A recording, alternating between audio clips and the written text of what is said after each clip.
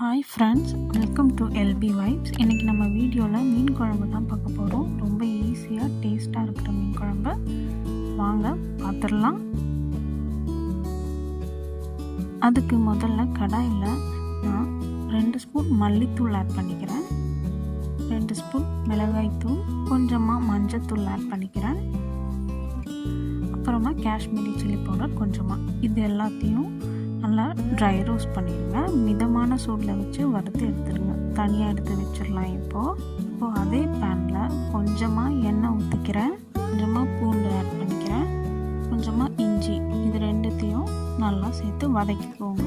அதில் ஒரு 2 வெங்காயம் கட் பண்ணி வச்சுருக்கேன், அதை எடுத்து போட்டுக்கிறேன். அதையும் வதக்கிக்கோங்க. அதுக்கப்புறம் 2 தக்காளி ஆட் பண்ணிக்கிறேன். உங்களுக்கு எந்த அளவுக்கு வேணுமோ அந்த அளவுக்கு ஆட் பண்ணிக்கோங்க. இப்போது ஒரு லெமன் சைஸ் அளவுக்கு புளியும் ஆட் பண்ணியிருக்கேன், அது பிச்சு போட்டிருக்கேன். இது எல்லாத்தையும் நல்லா வதக்கி விட்டுக்கோங்க. இப்போது இது கூடவே கொஞ்சமாக மிளகு ஆட் பண்ணிக்கிறேன். இது எல்லாமே நல்லா வதங்கட்டும். நல்லா வதங்கிடுச்சு. இது கூடவே ஃபஸ்ட்டு ப்ரிப்பேர் பண்ணோம்ல ஒரு மசாலா, இது ரெண்டுமே சேர்த்து நம்ம அரைச்சிக்க போகிறோம். இப்போது ஒரு கடாயில் மீன் குழம்புக்கு கொஞ்சம் எண்ணெய் அதிகமாக ஊற்றிக்கோங்க. இப்போ கொஞ்சமாக வெந்தயம் ஆட் பண்ணிக்கிறேன். வெந்தயம் பொரிஞ்ச உடனே நீளமாக கட் பண்ண பச்சை மிளகாய் ஆட் பண்ணிக்கிறேன். இது எல்லாமே நல்லா வதங்கட்டும். அந்த பச்சை மிளகாயோட காரம் அந்த எண்ணெயில் இறங்கணும், அப்போ இன்னும் டேஸ்ட் நல்லாயிருக்கும். இப்போ கொஞ்சமாக கறிவேப்பிலையும் ஆட் பண்ணிக்கிறேன். இது எல்லாமே நல்லா வதங்கட்டும், நல்லா ஃப்ளேவரும் கொடுக்கும். இது எல்லாம் வதங்கின நேரத்தில் நம்ம எடுத்து வச்சுருந்தோம் இல்லையா, அரைச்சி வச்ச பேஸ்ட், அதை இப்போ நான் ஆட் பண்ணுறேன்.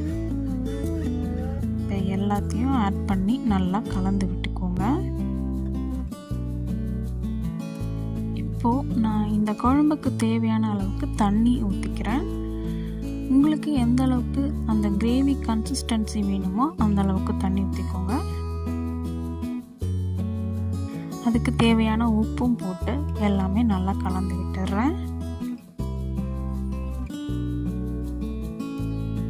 இது கொதி வரட்டும். பாருங்கள், கொதி வந்துடுச்சு. இன்னும் கொஞ்சம் நல்லா கொதித்த உடனே நான் இதில் மீன் ஆட் பண்ணியிருக்கேன். இங்கே நான் மத்தி மீன் தான் ஆட் பண்ணுறேன். உங்களுக்கு எந்த மீன் தேவையோ அந்த மீன் தாராளமாக நீங்கள் ஆட் பண்ணிக்கோங்க. மத்தி மீன் ஆட் பண்ணும்போது இன்னும் கொஞ்சம் டேஸ்ட்டாக இருக்கும். குழம்பும் நல்லா கொதிச்சிடுச்சு. ஒரு 10 நிமிஷம் வரைக்கும் குழம்ப கொதிக்க விடுங்க. குழம்பும் நம்மளுக்கு தயாராகிடுச்சு. இந்த சமயத்தில் நம்ம கொஞ்சமாக கறிவேப்பிலை ஆட் பண்ணி ஆஃப் பண்ணிடுறோம். அவ்வளோதான் ஃப்ரெண்ட்ஸ், ரொம்ப ஈஸியான மீன் குழம்பு ரெடி ஆகிடுச்சு. கண்டிப்பாக வீடியோ பிடிச்சிருந்தா ஒரு லைக் கொடுத்து கண்டிப்பாக சப்ஸ்கிரைபும் பண்ணிவிடுங்க.